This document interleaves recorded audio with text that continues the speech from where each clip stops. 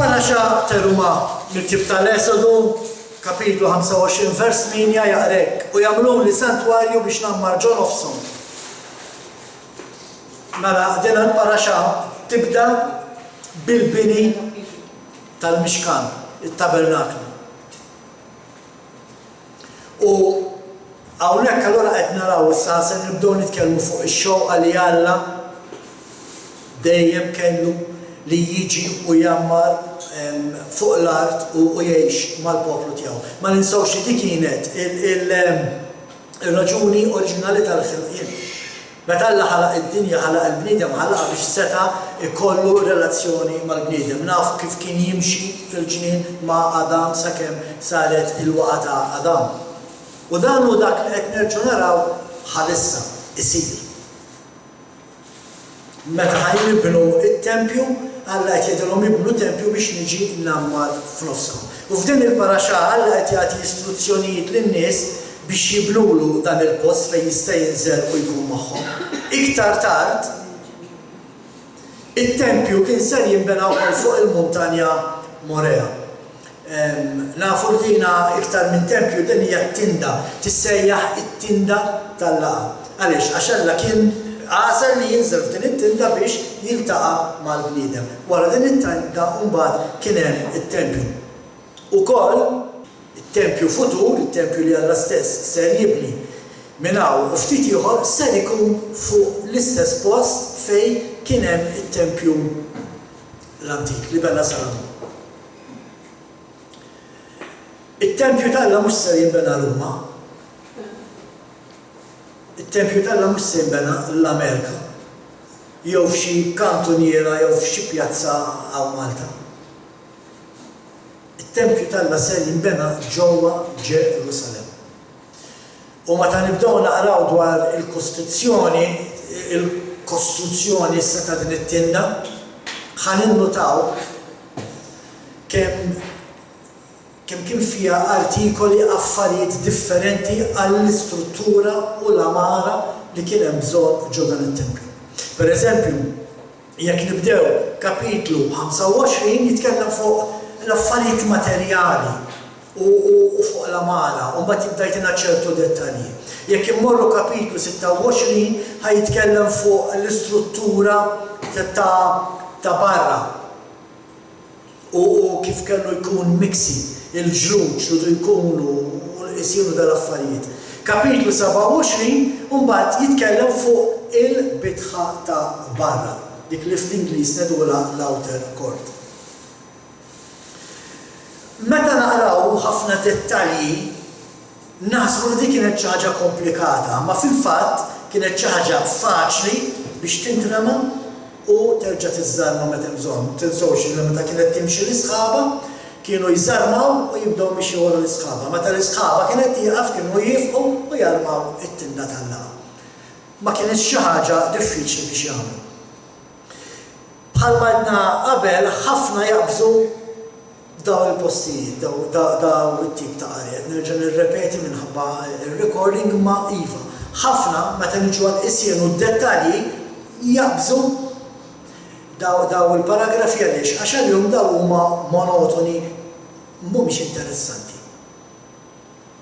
U llum lilkom li qegħdin hawn ħanipprova nurikom kemm fis-sempliċità ta' daw id-dettalji hemm ir-rivelazzjonijiet. Għalhekk Alla tehomna kieku ma kienx importanti ma kienx se joqgħod jgħidilna ċerti affarijiet. Alla mhux xi Alla li jaħli l-kliem tiegħu. Kull kelma li jgħid jgħidha għax jaf li hemm bżonn li aħna nisimgħuha. Di xi ħaġa li ħafna jgħaddu minnha meta niġu fil-ktieb tal-Levitiku. Ma ninsewx li f'kollox fit-Tora, f'kull kelma fit-Tora għandha t-tifsira tagħha. Sempliċiment kull ma rridu nagħmluha naraw dik il-kelma x'qed tgħidilna, Alla x'qiegħed jgħidilna permezz ta' din il-kelma, permezz ta' dan il-vers. Kapitlu 25 titkellem fuq l-amara. Għaliex pereżempju l-amara hija daqshekk importanti fit-tempju.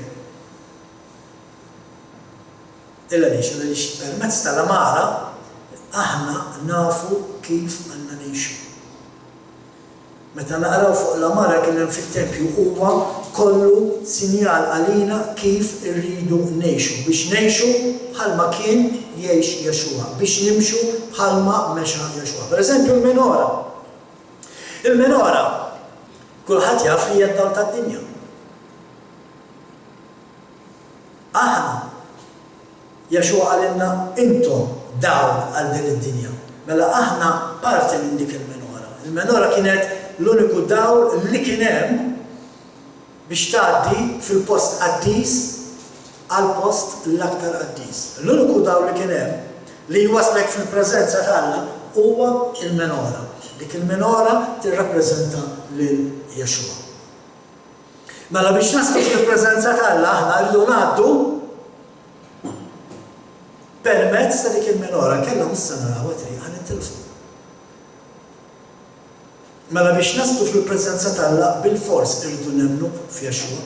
Ma tistax ma temminx f'Jexua u tidħol fil-preżenza tagħna.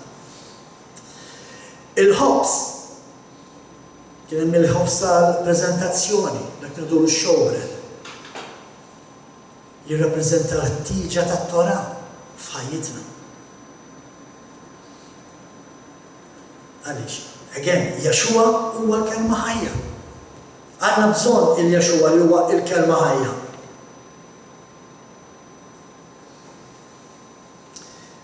Araw xtejt Deuteronomju kapitlu 8, Deuteronomju 8 vers 3.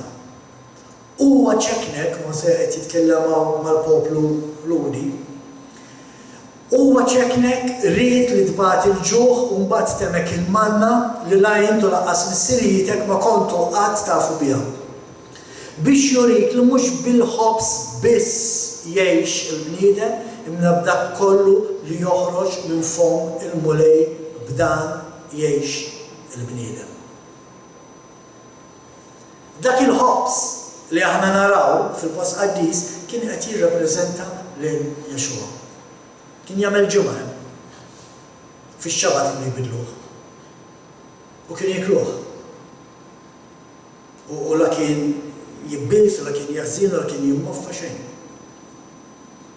Kull ta' sibt kienu jibidluh. Dik kienet l-istruzzjoni. Imma l-istess faċċata tal-menora, għaliex għax hija l-kelma tal-la, faċċata ta' Jexua li huwa l-kelma tal-la ħaj u l-permezz tagħhom daż-żewġ affarijiet permezz tal-menora u tal-ħobs tidħol fil-preżenza tagħna. Dal-mandament li qed jgħid Mosè hawnhekk għadu jottallu.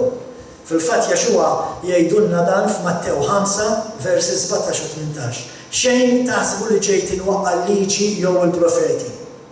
Jien ma ġejtx biex inwaqqagħhom iżda biex inwassalhom għal perfezzjoni. Tassew ngħidilkom li sa ma jkunu għaddew is-sema u l-art lanqas li żar ittra jew tikka waħda mill-liġi ma titneħħa sa ma jkun seħħ kollox. Mela għadna sal-lum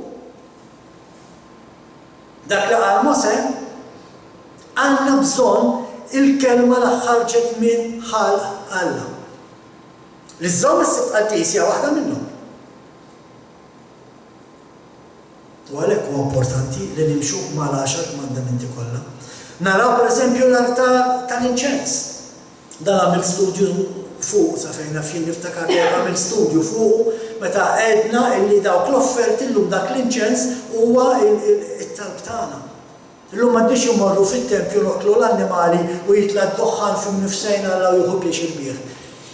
Illum sirna immersu permezz tal-menora li huwa Jexua l-kelma ħajja u dak il-ħobs li hija l-kelma ġej minn Alla. Nidħlu fil-preżenza tiegħu u nkunu qegħdin nersqu lejh bħalma dak id-doħħan tal-inċens jitla' il fuq. Fil-fatt fuq l-altar tal-inċens kien jintuża biex joffru dak li jixtieq Alla. Alla kien jgħidilhom isma' miktub, jekk intom tagħmlu hekk tridu toffru hekk, jekk inti tagħmel hekk trid toffri hekk. F'dan il-jum trid toffri li dal-annimal, f'jum ieħor trid toffri dan tal-annimal. Fuq kienu joffru dak li jixtieq Alla. Illum dak l-altar fiżikali m'għadux hemm, ma illum aħna li qed nagħtu dak l-offerti li Alla qed jitlob minna. Qegħdin intuh dawk l-offerti li Alla qed jitlob minna.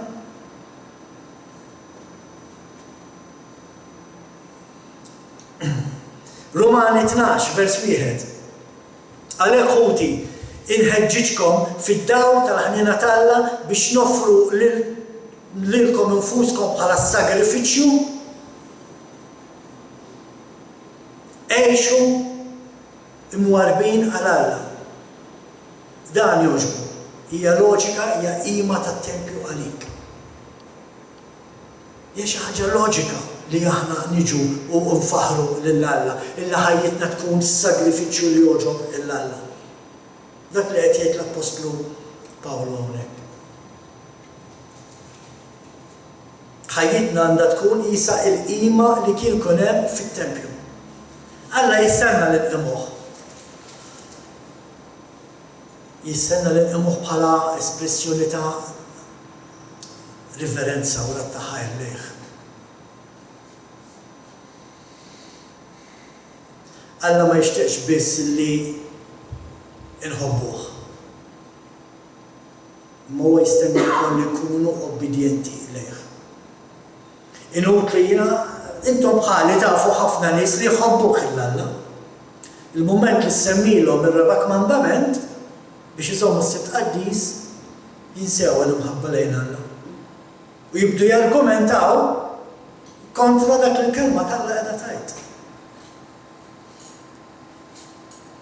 Alla jridna nħobbuh, imma rridu nruħ li nħobbuh permezz li nkunu obbedjenti. U jridna naġixxu b'ġustizzja ma' kulħadd. Jridna nimxu b'modrija u mħabba lejn xulxin. U b'dan il-mod li nippreżentaw ruħna bħala sagrifiċċju lejn Alla. Jekk jiena ma nħobbkomx ma nistax nippreżenta li dan il-ġisem bħala sagrifiċċju lejn Alla. Sagrifiċċju tiegħi huwa li xi ħadd minnkom qed aqabbiżieli jien irid noqgħod attent illi ngħaddi minn ġonnar niġi irraffinat. Li nħobbok nħobb paċenzja bik ma jfissirx li ma ngħidlekx jekk qed tagħmel xi ħaġa ħażina tajjeb. Imma dak hu s-sagrifiċċju li jogħġob lill-Alla li ninbidlu għalih.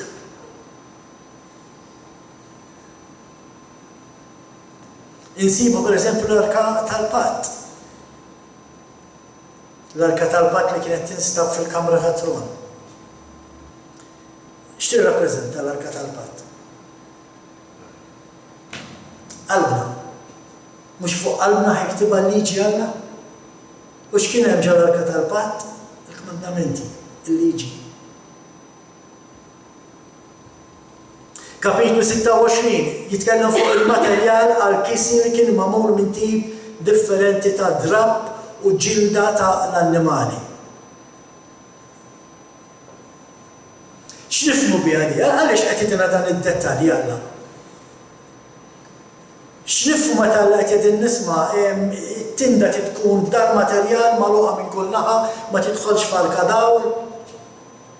Qed jgħidilna li għalkemm Alla qiegħed fostna bħalma qiegħed dalgħodu, imma xorta huwa maqtuħ u sseparat għalih waħdu.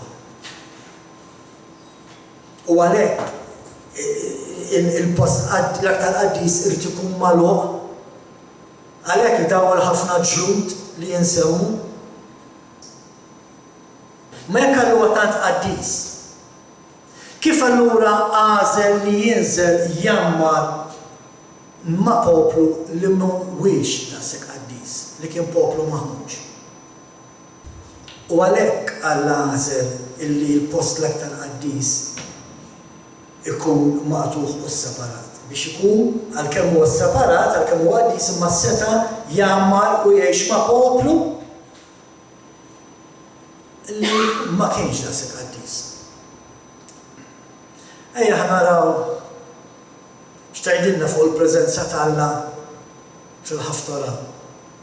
L-ewwel Slaten, kapitlu 6, vers 7, jgħidilna li meta nbena t-tempju, inbena b'ġebel maqtuħ u minġur fil-barriera. U l-amter għaw lanqas man-nara u ebda għodda ma kienet tinstema waqt il-bini tat-tempju. Għad kellkom okkażjoni tkunu fuq sit ta' kostruzzjoni? Kella ħafna snin jiena. U tibda tisma' ħsejjes ta' makkinarju u l-jackhammers u l-hydraulic hammers u krejnijiet u mikser tal-konkrit. Nies jgħidu minħabba l-istorbju, ix-xufer ta' trak jgħid biex jisimgħu liħor, l-oħra jgħid biex jirrispondih, ħajsimgħu x-xufer ta' trak. Jekk ma tgħaddix xi waħda l-affari tagħha u tarhom kollha jsafrula u jittantawha. Da ma kienx jiġri fuq is-sit ta' kostruzzjoni fejn tal-tempju qas ta' Salamun. Ara kemm kien fih xogħol, ara kemm kien fih ġebel, ara kemm intuża deb, dal-affarijiet ma kinux isiru. L-ebda martel u lanqas man-nara ma ntużaw fil-bini tad-dar ta' Alla. Nafu, ma nafx naħseb diġà dad-diskors ittulkom f'xi ħaġa oħra, il-ġebel kien ikun maqtuħ f'barrieri il-bogħod mit-tempju u mbagħad kienu jiġu transportiti l-hemmhekk. U allura li kien meħtieġ biss huwa li dik il-ġebla issa titqiegħed f'posta. Illa għaliex ma nistgħux aħna niġu biex nibnu t-tempju ta' Alla u min jargumenta ma' dak, u l-oħor jargumenta ma' liħor, u dak moħħu biex jaħarbat id-dinja, liħor moħħu biex jagħmel li jritu. Ma nistgħux. Alla ma jistax jgħix jammar f'dak it-tip tat-tempju. Il-tempju ma jistax jeżisti fejn hemm l-inkwiet, fejn hemm il-vjolenza, fejn hemm ir-robuxti. Ix-xogħol tal-Alla għandu jsir b'attenzjoni u dak li qed naraw meta qed nitkellmu fuq it-tempju ta' Salamun. B'dan il-mod inbena it-tempju. U dak il-mod għadu rilevanti anke llum. Ma tistax inti tkun it-tempju tal-Alla meta għandek pereżempju 40,000 knisja differenti ġol Amerika biss. Għaliex għax ma maħniex naqblu jekk hemm 40,000 knisja differenti jfisser li hemm 40,000 idea. Allora maħniex ħanaqblu. Ma nippruvaw nibnu t-tempju ta' Alla u kulħadd jiġġiela ta' x'inti żżomm is-sikt, għax inti żżomm il-ħadd, għax illum m'għandniex taħt il-liġi, għax hu llum kulħadd jargumenta u jgħid tiegħu.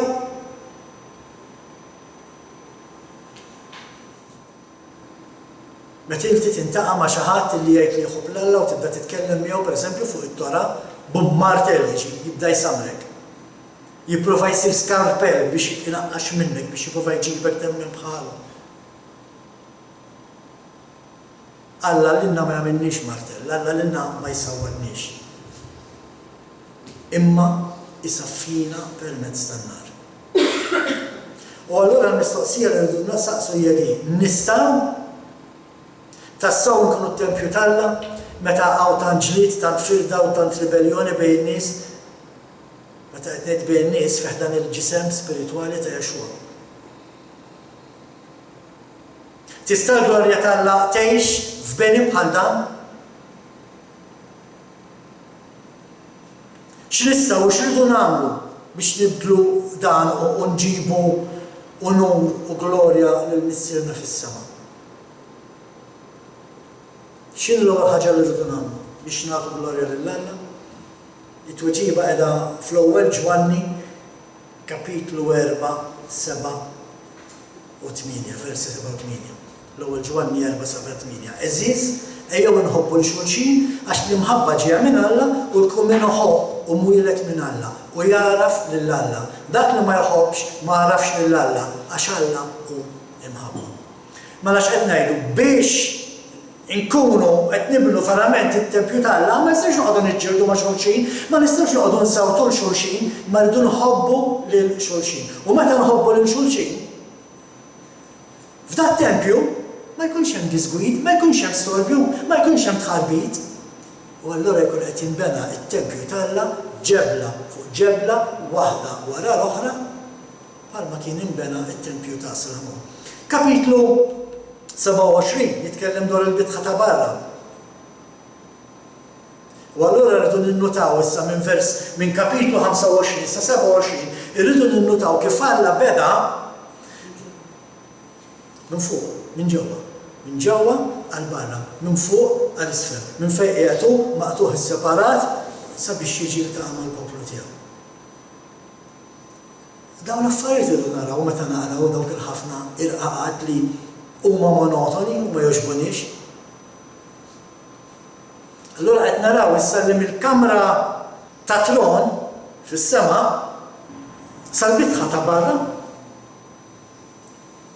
dak it-tinda, dak it-tempju, ma jħan nitkellmu fuq it-tinda, x'aħna fuq it-tinda fil-baraġa qed nitkellmu. Dik it-tinda kienet tirrappreżenta id-dinja u l-preżenza ta' Alla ġewwa fiha. It-tifsira sempliċi ta' din il-paraxà hija l-offerti biex jinbena t-tempju. Alla se tafaqqas u bajħ ħoloq tempju biex bum, waħdek ħajkun hemm tempju, kien ikun hemm tempju. Se tabbat tempju mis-sema. Jiraw nieżel hekk. Bħalma ħanaraw Ġerusalemm ġdida nieżla. Imma le, Alla ried lill-poplu, f'dan il-każ aħna x'aħna t-tempju issa, Alla aħna l-poplu tiegħu, Alla ried lill-poplu jagħti il-kontribut tiegħu. U mhux dak iż-żmien biss, anke llum. Sabiex inkunu nistgħu nibnu dan it-tempju u fl-istess ħin inkunu qed ninbidlu, għax ma nistax ma ninbidlux, jekk inti tkun parti mit-tempju tal-Alla żgur li trid tinbidel, żgur li għandek xi tnekkis, żgur li għandek xi tnaddaf minn ġo fik. Imma li kieku sibni ħles konna nsibu ħlest. Kienet tkun storja differenti. Meta nistudjaw dwar il-kontribuzzjonijiet biex nibnu t-tempju nistgħu ninnotaw żewġ istruzzjonijiet differenti dwar kif nikkontribwixxu, kif se nagħtu. L-ewwel istruzzjoni insibuha f'Esod 25 vers 1. Il-Mulej qal lil Moshe, għid lin-nies ta' Iżrael biex jagħmlu ġabra għalija, aċċetta kontribuzzjoni minn kull min irid jagħti b'qalbu kollha. X'inhi t-tifsira hawnhekk? Alla qed jgħidilhom tuni xi ħaġa. Imma aċċetta kontribuzzjoni minn kull min irid jagħti b'qalbu kollha. Jiddeċidu huma kemm iridu jagħtu. Forsi jien nista' nagħti 5 u inti tista' tagħti 100. Dak li qed Alla. U li tagħtu jekk ħaddtuli minn qalbek jien ħa naċċettah. Qed nagħtu lill-Alla dak kollu li hu tiegħu, dik il-mistoqsija li rridu nagħmlu. Qegħdin nagħtu lill-Alla dak kollu li hu tiegħu. Qegħdin tassew nkunu onesti meta nagħtuh minn dak li diġà tagħna u għax ħafna li ma jinnutawx dak li qed nagħtu lill-Alla mhux qed intuh minn tagħna ta'. Alla ma nasbux li meta qed nagħtu xi ħaġa qed intuha qed nagħmlu xi ħaġa kbira x'qed nagħtu xi ħaġa minn tagħna, qed nagħtu minn dak li Alla stess diġà tagħna. Dak kollu li diġà ġie mogħtililna minn Alla qed intuh. Deuteronomju 16, kapitlu 16 vers 17, kulħadd jagħti kemm jista' skont il-barka li jkun tak il-mulej Alla tiegħek. F'dal każ mhux qed jitkellem biss fuq l-affarijiet materjali. Qed jitkellem ukoll fuq it-talenti tiegħek, x'kapaċi tagħmel. It-talenti li tek Alla qiegħed tużhom biex tagħti glorja lil Alla. Il-kapaċitajiet tiegħek qiegħed tużhom biex tagħti glorja lil Alla. It-tieni definizzjoni tinsab fil-paraxa tal-ġimgħa d-dieħla iżda għandha x'taqsam mal-bini tal-Mixkan, it-Tempju. Jekk naqraw Eżodu 30 vers 11 jaqra hekk ara. U l-Mulej qal lil Mosè, Meta tiġi biex tot lill-ulied Iżrael kull wieħed malli tgħoddu jagħti xi ħaġa lill-mulej għall-fidwa tiegħu innifsu. Li ma jkun hemm ebda mart f'nofskom waqt il-għadd. Kull min ikun magħdud iħallas dan nofs shekel skont ix-xwiekel tas-santwarju. Shekel ta' 20 gera u nofs shekel bħala offerta lill-mulej. Kull wieħed li jgħaddi mal-magħdudin minn 20 sena fuq iħallas it-taxxa tal-mulej. Ħadd l-assinjur lanqas il-fqir m'għandu jħallas aktar jew inqas minn nofs shekel għall-fidwa tiegħu innifsu meta jagħmlu l-offerta tal-mulej. Il-flus tal-fidwa li tiġbor mingħand il-poplu jmorru għall-ħtiġijiet tal-laqa, għall-ħtiġijiet tat-tinda tal-laqa, hekk din l-offerta sservi biex tfakkar il-mulej fuq Iżrael għall-fidwa tagħkom infuskom. Innutaw kif iż-żewġ affarijiet huma differenti. Mela f'Esodu 25 vers 2 qed naraw għajt lin-nies ta' Iżrael biex jagħmlu ġabra għalija aċċetta kontribuzzjoni minn kull min irid jagħti b'qalbu kollha. F'Esodu 30 l-istruzzjonijiet huma li kulħadd irid iħallas nofs shekel.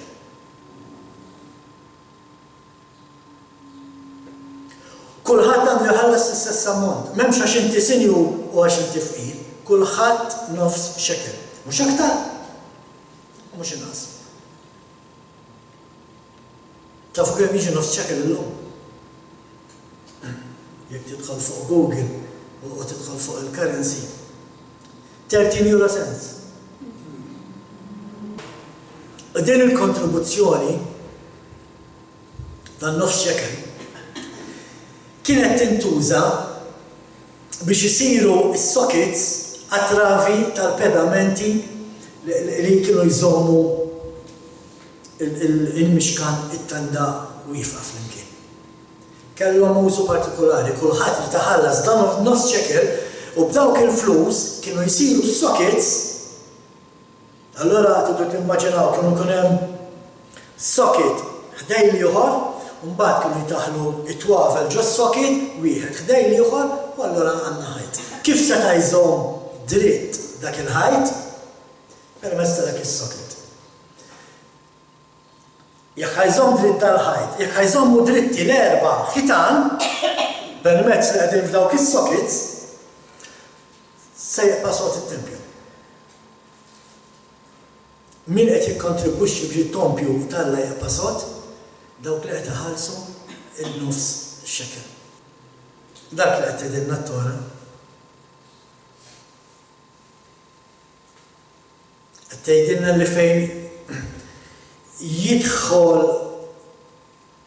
dak li huwa fundamentali, fejn jidħol il-pedament, fejn jidħol dak li hemm bżonn, kulħadd huwa ugwali. Tiġix tgħidli isma' jiena flok nofs shekel ħantik tnejn, ħantik erba'. Le, Alla qal kulħadd nofs shekel. Huwa xi ħaġa fundamentali.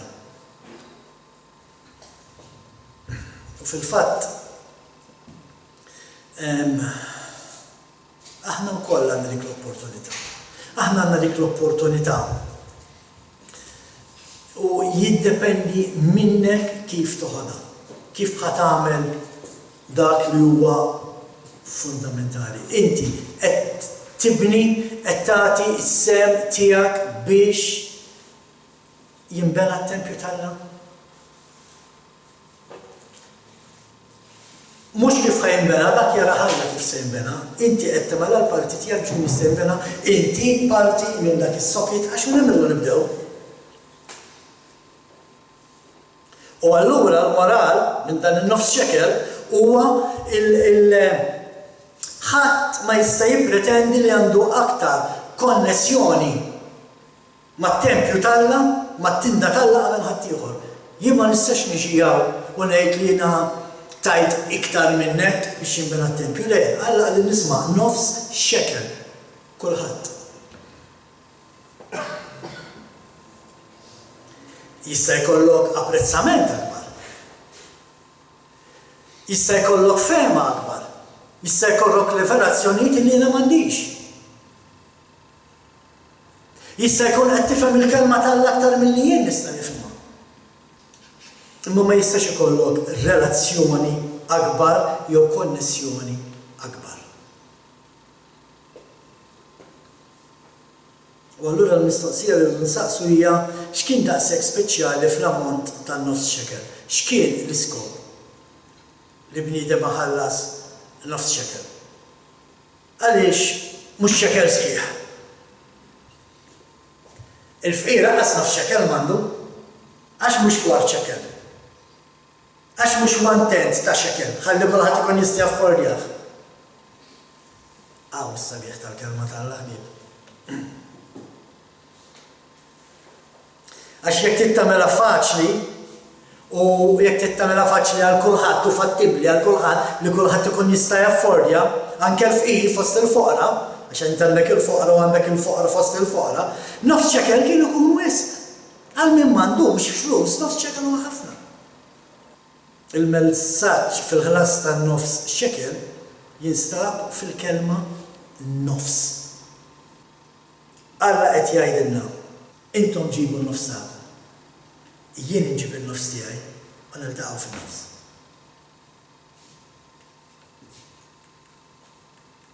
L-iskop kollu tat-tinda tal-laqgħa huwa li Alla jkun preżenti fost il-poplu tiegħu. L-iskop kollu tat-tinda tal-laqgħa kien illi il-preżenza tagħna tinħass fuq l-art. Inti qed iġġibu dak in-nofs xekel biex tinħass il-preżenza tagħna fuq l-art. Meta jaħarsu lejk in-nies, meta jaraw kif taġixxi, meta jisimgħu titkellem. Qegħdin iħossu l-preżenza tagħna fuq l-art. U allura Alla qed jgħid li jinżel fit-tinda tal-laqgħa li hu jinżel fit-tinda tal-laqgħa huwa nofs il-ftehim tiegħu. Dak għan-nofs tiegħu qed jgħid nisma' ibnu li illa t-tinda, ibnu li t-tempju. Jekk intom tibnu t-tempju n-nofs tagħkom, jiena minn in-nofs tiegħi ninżel ġo fiha. Qed tifhmu għalfejn ħafna jgħidu, imma jiena ma nħossux l-Alla. Qed ittieħ n-nofs xekel tiegħek. Tiżżomm mhux qed nitkellmu fuq il-munita. Qed tagħmel l-parti tiegħek biex jinbena t-tempju. Ġek m'intix tagħmel il-parti tiegħek biex jinbena t-tempju ma tistax tħoss il-preżenza tal-Alla. U dan hu il-messaġġ tan-nofs xekel, nġibu l-parti tagħna. Tista' tifla tħallas mix-xekel, ma jfissirx li għandek xi opportunità aħjar li tkun fil-preżenza tal-Alla. No. Jekk irħix nofs xekel u tgħid jiena rrid inħallas mix-xekel, xorta l-istess preżenza ħajkonna. Tiegħek mhux se tkun akbar għax qed tħallas aktar, għax qed tagħmel aktar, imma importanti li tagħmel. Alla qas dak in-nofs xekel. Meta aħna qed noħorġu dak in-nofs xekel, meta qed nagħmlu l-parti tagħna, li nkunu qed nagħmlu huwa li nkunu partners ma' Alla. U għalhekk Alla qed jgħid nisma' kulħadd l-istess sehem għandu, mhux għax dak tani aktar għandu sehem aktar fil-partnership, fir-relazzjoni ta' bejnietna, no, kulħadd l-istess ċans għandu, kulħadd l-istess opportunità għandu. U allura naraw li meta aħna noħorġu n-nofs xekel tagħna u Alla joħorġu n-nofs xekel tiegħu, allura aħna nsiru persuna sħiħa. Għaliex għax issanna il-preżenza tagħna ġewwa fina. Meta kollettivament noħorġu jekk in-nofs xekel issa aħna t-tempju ta' Alla u hemm il-preżenza ta' Alla fina. Naqraw f'wieħed mill-midrax, midrax huwa l-ħsieb tal-Palaxà hemm ħafna differenti, l-għalliema sages kollhom daw il-midraxes joħorġu bihom. Il-problemi li ikollok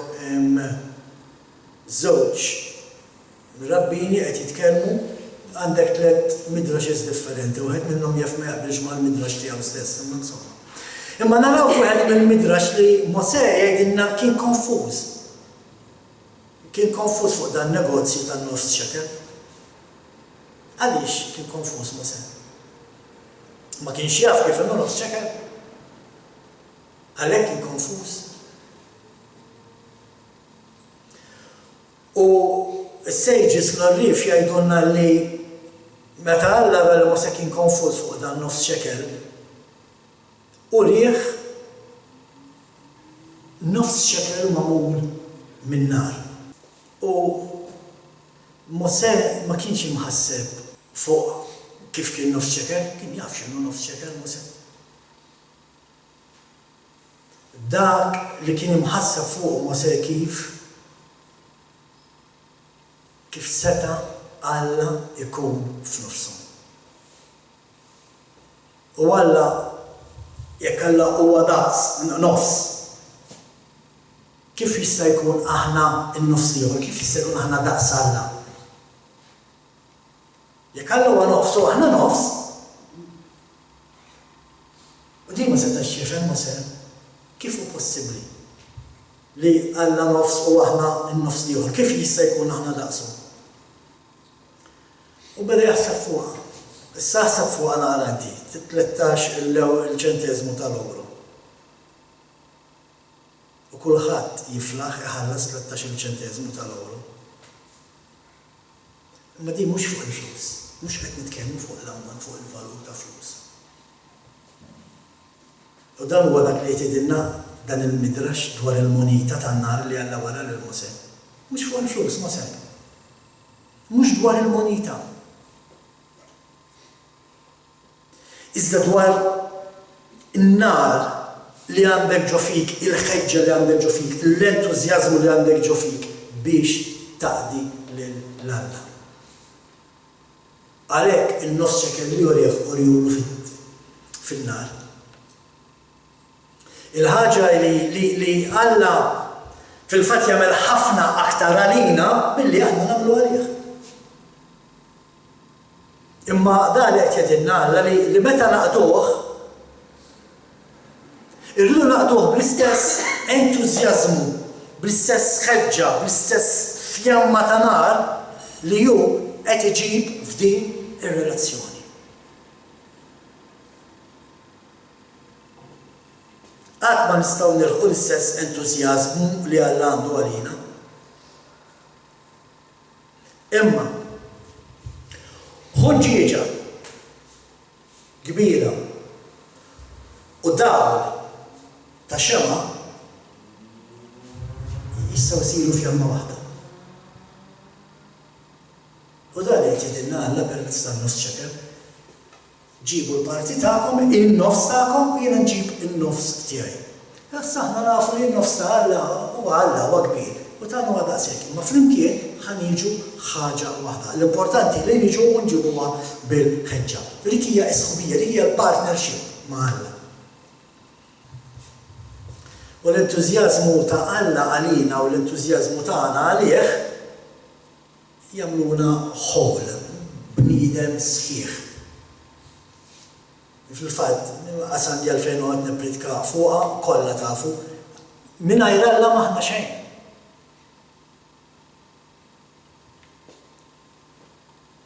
Ma minna għal-oħra, Alla jixtieq li jkun parti minna. Hija x-xewqa tiegħu. Issa, l-affarijiet dawn aħna kemm nixtiequ nkunu parti dik il-parti li tkun maqgħuda ma' Alla. X'qed inżomm ġewwa fija li ma nistax inkun dik iġġebla biex jinbena t-tempju. X'inhu l-ħmiġ li għandi, x'inhu l-ħażiż li għandi, x'inhu t-tnawwir li għandi, x'inhu l-moffa li ħirġa minni. Anki Jaxua fit-talba tiegħu lill-Alla talbu li aħna nkunu ħaġa waħda miegħu.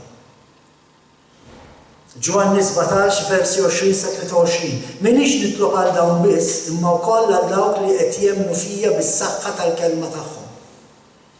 Nitolbok li jkunu wkoll ħaġa waħda kif inti fija missier u jiena fik ħajkunu huma wkoll ħaġa waħda fina.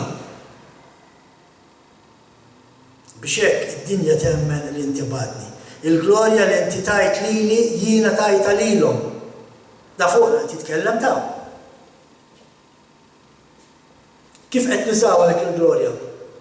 Qed nużaw in-nofs xekel tagħna? Il-glorja li inti tajt lili jiena tajta lilhom biex ikunu ħaġa waħda bħalna bħalma aħna ħaġa waħda. jiena fihom u inti fija biex isiru ħaġa waħda għal kollox ħalli d-dinja taraf li int batni u la ħabbejt lilhom kif ħabbejt lili.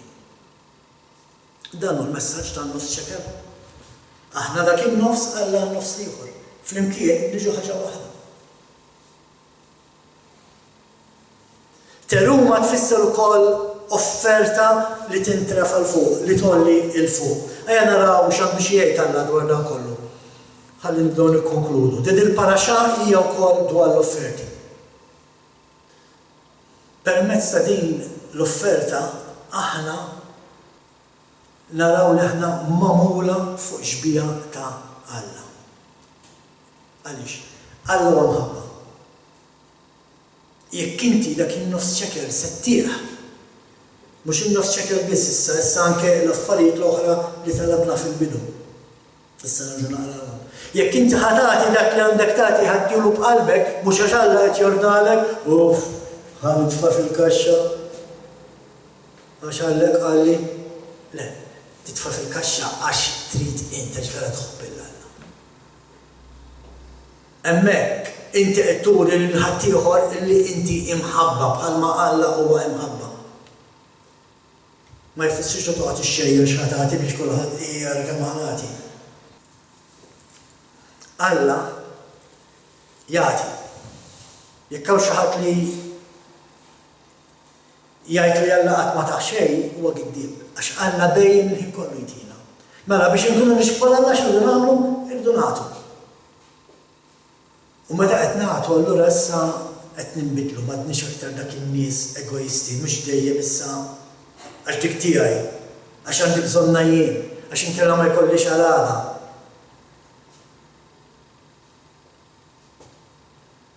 Xejdulha bil-Malti. Natura altruista. Imissa m'għadix aktar dwari. Issa dwar Alla. Il-fatt li nagħtu meta nagħtu l-offerti tagħna ma jagħmilniex ma nibqgħux aktar egoisti. Esodu 25 versu 1-3 u l-Mulej qal il-Mosè kellem il-Lut Iżrael biex isma'wali iġibuli offerta. Inti tirċievi din l-offerta mingħand kull min jagħti minn rajħ. U li din l-offerta li tirċievi minn għandhom għax irridu di mhux in-nofs ċekel issa, in-nofs ċekel qed jgħidilna li tridu tġibuha kollha bil-fors.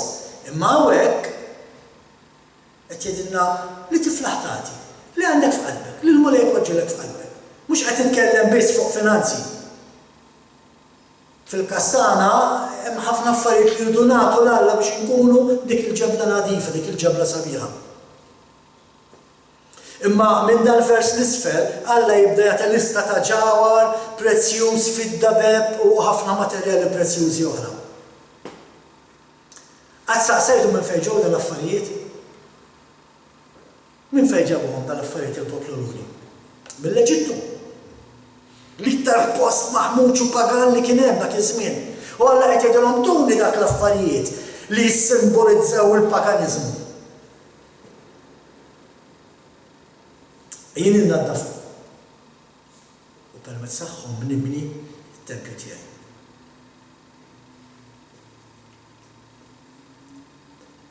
X'jgħidlek dak kollu? L-ewwel ma jgħidilna huwa li meta nagħtu lill-Alla lilna nfusna. Mhux biss il-ħin tagħna, il-materjal tagħna, r-riżorsi tagħna. Imma kollox dak kollu li għandna ġo fina. Allura issa nkunu wasalna fi-stat ta' qdusija. Aħna nafu x'inhu qdisija, maqtuwajn isseparati biex ngħixu għal Alla. Meta nagħmlu hekk inkunu qed nagħtu lill-Alla l-ispazju ġewwa fina biex hu jiġi u jagħmar ġewwa fina. Mela lil dawn nies qallhom tuni dak kollu li hu pagan u jien niġi nammar fosthom meta nibni t-tempju permezz tagħhom. Lilna qed jgħidilna tuni dak kollu li għandkom ħażin. U meta tagħmlu hekk issiru t-tempju tiegħi u niġi nammar fosthom. Fil-fatt jgħidilna da vers 8. Huma jagħmlu li santwarju biex ngħix f'nofsu, jew inkella ġewwa fihom. U dan ifisser li meta nagħtu ħajjitna insiru t-tempju ta' l-Ispirtu Santu, l-tempju fejn jammar Alla. U hawnhekk ħanniġi issa għal dak li semmejtilkom qabel x'qal Pawlu fl-ewwel Korintin kapitlu 3 vers 16. Ma tafux li intom it-tempju ta' Alla u l-Ispirtu ta' Alla jgħix fikom?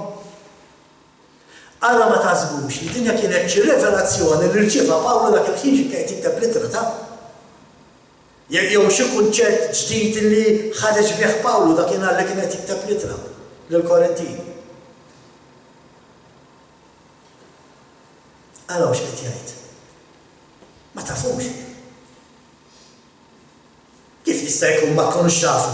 Kulħadd jafu dan. Dak li qed jgħidulhom Pawlu ma jgħidulhom ma tafux li intom it-tempju ta' Alla. Kulħadd jafu, kif intom ma tafux? Dawn huma affarijiet komuni. U inti ma tafx.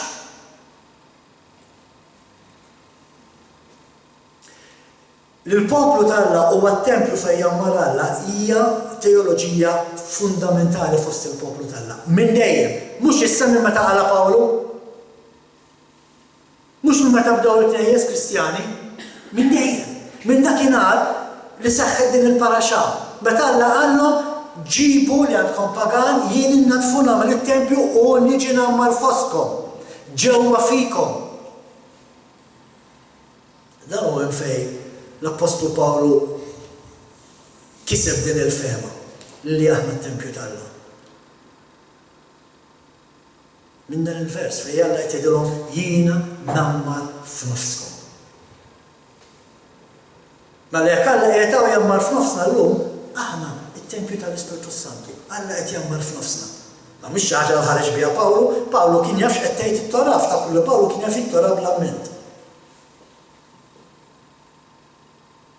Tinsewx li Alla ħalaq id-dinja għax taq li jammar mal-bniedem. Mbagħad kien hemm il-waqgħa tal-bniedem, wara l-waqgħa tal-bniedem Alla ried li jkun hemm it-tempju fejn seta' jinżel u jammar fih biex ikun mal-bnedmin bħalma kien il-pjan oriġinali. Wara t-tempju, meta qed it-tempju fis-sena 70 wara Kristu, issa aħna it-tempju fejn jammar Alla.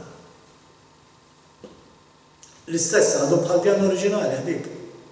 ċejn ma nbidel, morru għaraw Ġenesi kapitlu 1 u 2, ma tħares lejk.